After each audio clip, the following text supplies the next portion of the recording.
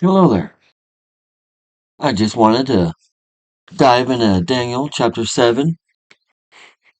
Take some time, check it out, and hopefully you can also Google it. You can look into it. You can research it. You can do what you got to do because, like I always tell people, don't believe in man alone. Research it for yourself. Don't believe me. Don't believe your pastor fully, blindly, without question. You have to look into this stuff for yourself. Because if you don't look into it, then you just got blind faith. You just believe in whatever he says, and he could be leading you wrong. And then what do you do?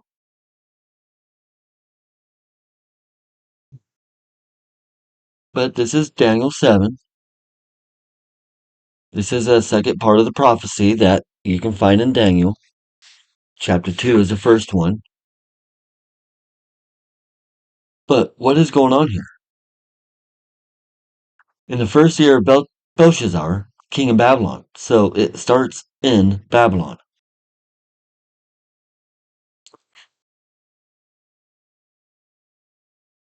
So in the first year of Belshazzar, Daniel has a dream. And here in verse 3, his dream consists of 4 beasts. What are these beasts? Well, in the dream, it talks about a lion with eagle's wings. It talks about a bear. It talks about a leopard. And then the fourth beast. Dreadful, terrible, strong, exceedingly. It doesn't even describe it. Many people call it a dragon, but you can do what you want with that interpretation. And then after that fourth beast comes 10 horns. And then after the 10 horns, a little horn comes up from the 10 among the 10 horns. So what's going on in this dream? Well, we just got to keep on reading. Judgment was set, the books were open. That's a different topic, but a lot of people do not believe in the investigative judgment doctrine. As concerning the rest of the beasts, they had their dominion taken away, yet their lives were prolonged for a season. This is talking about after the beasts are gone, but they're still here, just not in full authority like they once were. Daniel's vision interpreted. So an angel came and helped explain to Daniel what the interpretation is of the dream. Because that's one thing I like about this is that you don't have to go to man to interpret the Bible for you. When prophecies as easy as Daniel, most of the time, interprets it inside the same chapter for you. These great beasts, which are 4 kings, which shall arise out of the earth. So that's verse 17. These 4 beasts. What 4 beasts? Well, it starts in Belshazzar. In chapter 2, it talks about the same prophecy with 4 beasts.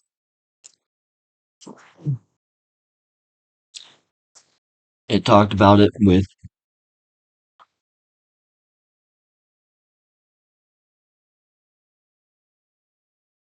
my apologies, it talked about them not as beasts, but as a statue, as a man. But parts of the man had different metals: gold, silver, bronze, iron, and then the legs of iron and clay. But it also was talking about Babylon being the first, the head of gold.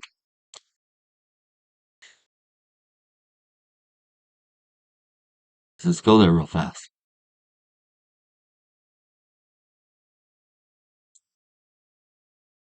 The image was fine gold. The legs of iron, yeah. Thou king, Or the king.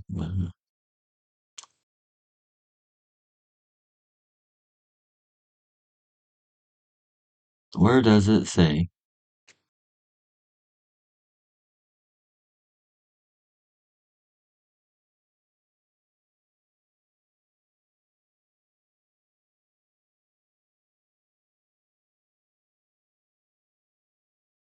This great image.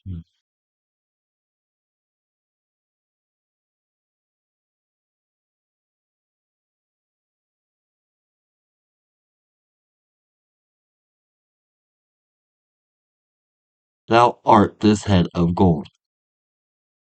Right there in chapter 2. So chapter 2 talks about that statue, and it defines Nebuchadnezzar as the head of gold. Babylon specifically. Not just the king, but Babylon specifically.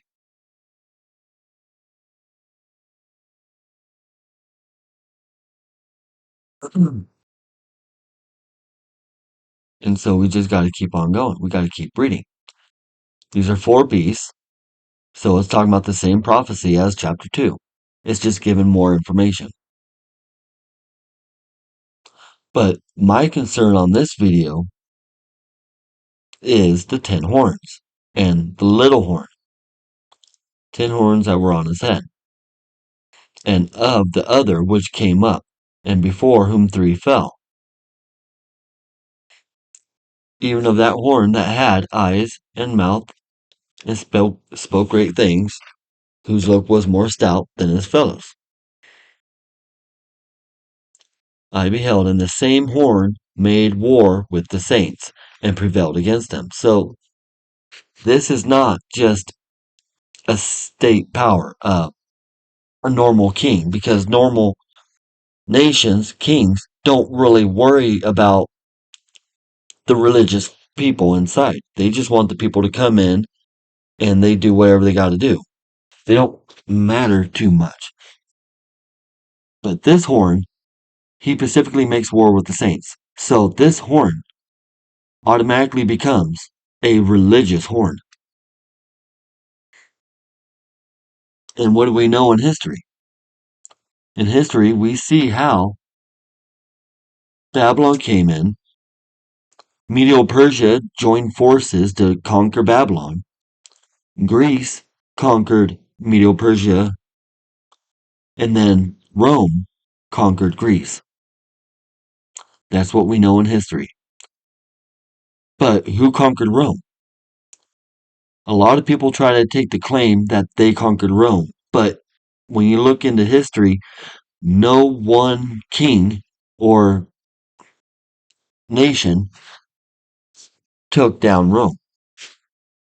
It fell from the inside. And that's where this talks about the 10 horns. 10 horns on top of that beast, and each horn is a king.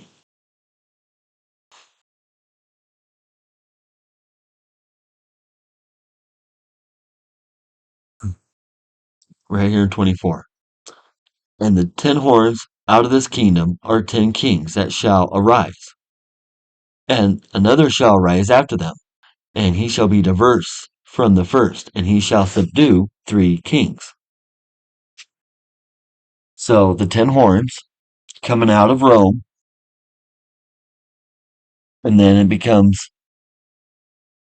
a great division because everybody wants to claim that void of what Rome used to be.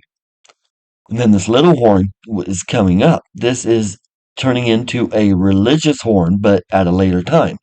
He genocides 3 horns. Genocide is a big word for some people. They don't want to use that word. But that's pretty much where you don't see these people. So on top of that, this little horn is also speaking great words against the Most High. Another fact that it is a religious horn. Because he makes war with the saints, specifically. Well, he makes war with everybody because they have to rise into power. but specifically, he is against those of the Most High.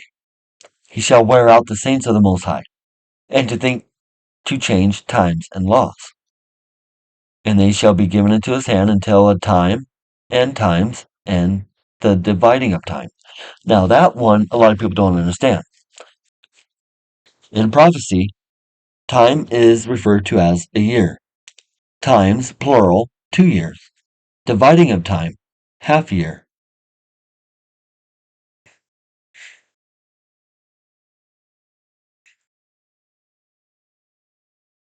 But people often read right over it. They don't think too much about it. Dividing is half.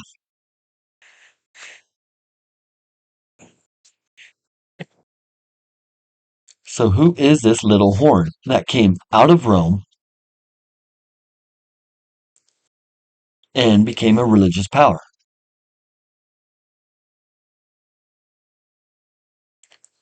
This magazine I love to promote to anyone willing to check it out.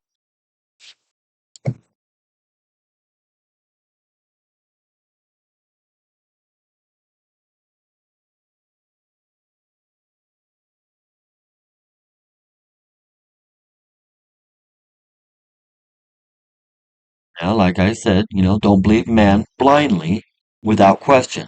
Investigate what is being said. But it is helpful to have man's help. Just don't give them 100% of your belief, if you know what I mean. And these also helps give you other verses throughout the Bible, because when you try to interpret prophecy, you don't want to go to man. You don't want to go to commentaries. You want to go straight to the Bible. Where does that word where is that word found in another spot in the Bible? What is that scene talking about, and how is it also described in another spot in the Bible? When you start going to man and commentaries and all that other stuff, you start getting mixed ideas, and then you start going on into a false doctrine, a false belief system. You have to stick into the Bible. Now you can use commentaries, that's fine, but put it to the test. Take it to the Bible. The fourth beast shall be the fourth kingdom upon the earth. That's chapter 7, 2, verse 3. This magazine tries to help explain it for us. It has the commentary here in the middle, and it has the Bible right over here.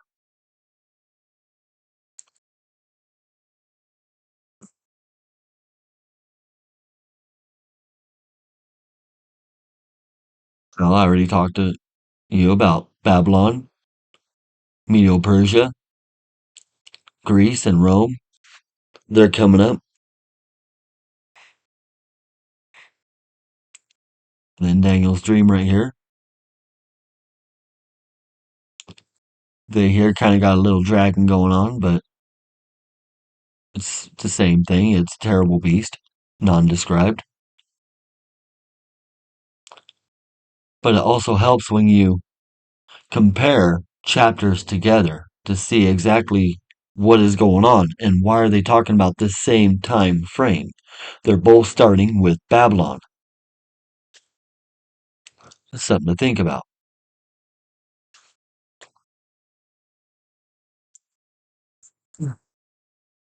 And this is the next one. Next page of the book that I love to read.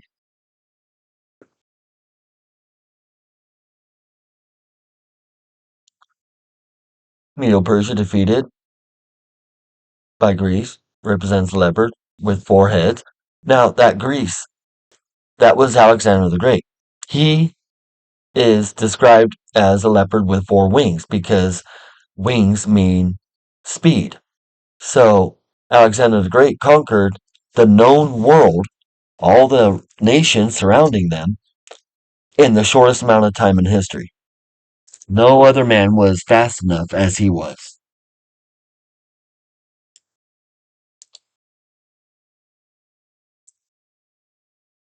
Alexander the Great, more rapid than those Babylon, just 3 short years. He conquered in just 3 years. He conquered the entire Persian Empire. The leopard is more agile and swift than a lion or bear, yet more frail. Alexander died in 323 BC at the age of 32. His 4 strongest generals, Cassander, I can't pronounce these, excuse me, dividing the kingdom amongst themselves. And it does talk about that, because it is a leopard with 4 heads.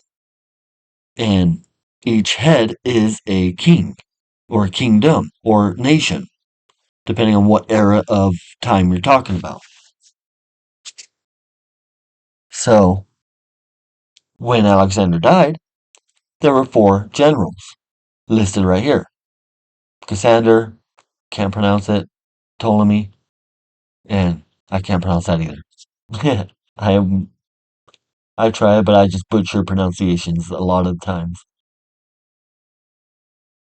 The previous empire is represented by some of the most ferocious animals of prey, but this beast is represented by a frightful monster. This is a fitting figure for the Roman Empire, which dominated the world with its iron legions.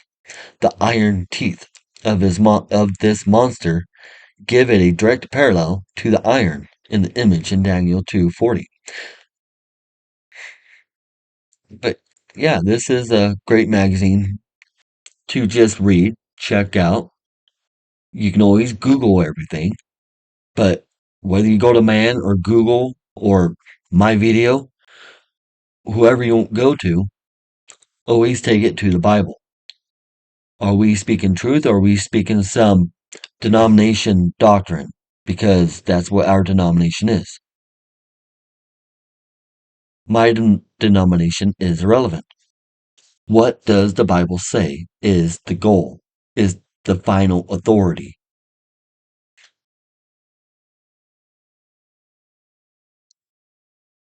The 10 horns out of this kingdom are 10 kings.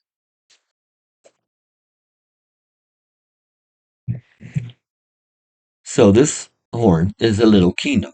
As I was telling you earlier, it's a religious kingdom. It turns into a religious kingdom. But first they have to subdue 3 kings, pluck out 3 horns, and rise to power. And then it becomes a religious entity.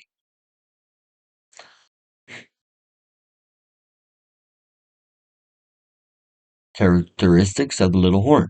It starts out as a little horn, smaller than the other horns. It arises after them, but among them. Number 2. Number 3, it becomes more stout than his fellows. It is diverse from the first. He has eyes like the eyes of man, signifying man's wisdom. Number 6, he shall subdue 3 kings and pluck 3 of the first horns by the roots. He shall speak great words against the Most High, and he makes war with the saints, shall wear out the saints, and prevail against them. Number 9, think to change times and laws. What do we know about in history about this times and laws? What is that referring to? That's going to be in another video. They shall be given into his hand until a time and times and the dividing of times. See also the 1260-day prophecy on the right. Because that 3.5 years, when you break it down into days, because that's in this one. Where is that?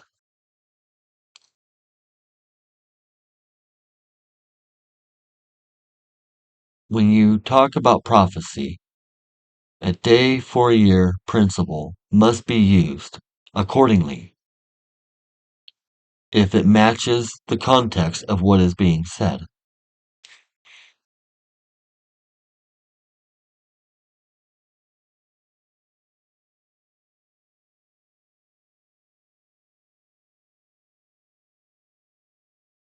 They shall be given into his hand until a times and times dividing a time. I said that one. Number 11. This power will last until it is destroyed, just before God sets up his kingdom.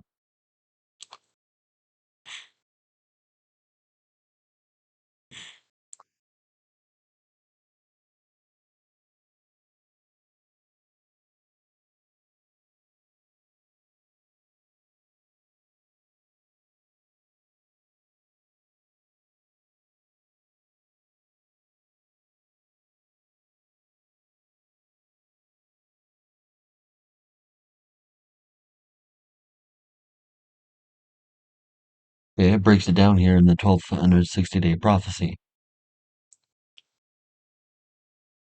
Same thing with Revelations. It has to be broken down. 40 and 2 months. That's what 3.5 years is, 42 months. But in order to get the day for a year principle, you got to break those 42 months into days. How many days is it? 1,203 score days. That's 1260 there. But we're not talking about Revelations right now. But this book, it puts them together.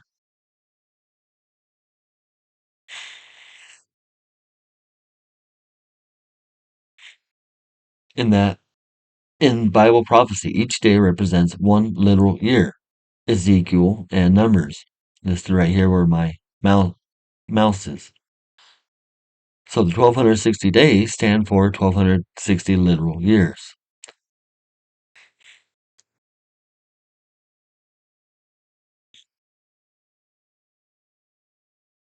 Then that's where this one comes in.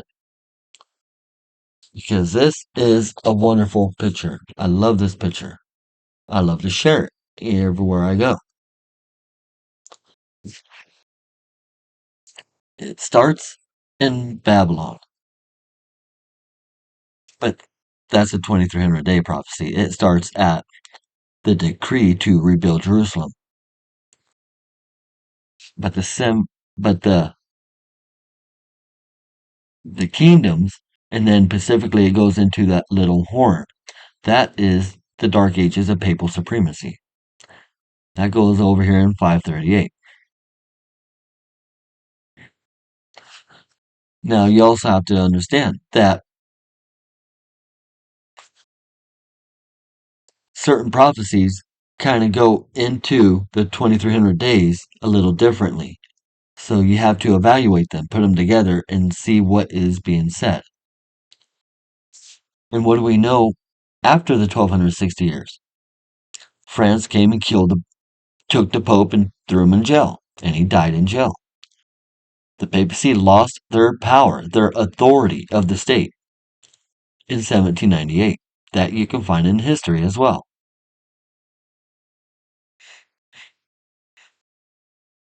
It will also describe it as the deadly wound. And nowadays we hear about how the deadly wound is being healed because it did not die. The deadly wound that did not die. In this picture, I love this picture too. It is helpful. It helps to break down the prophecies. But again, you have to take this to the Bible. Why is this picture correct? Why do I believe this picture to be correct?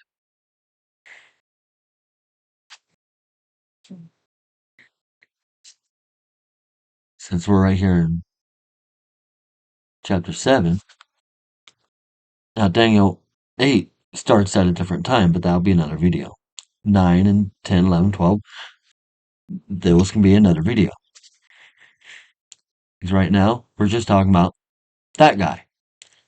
That guy right there. That ugly looking little thing.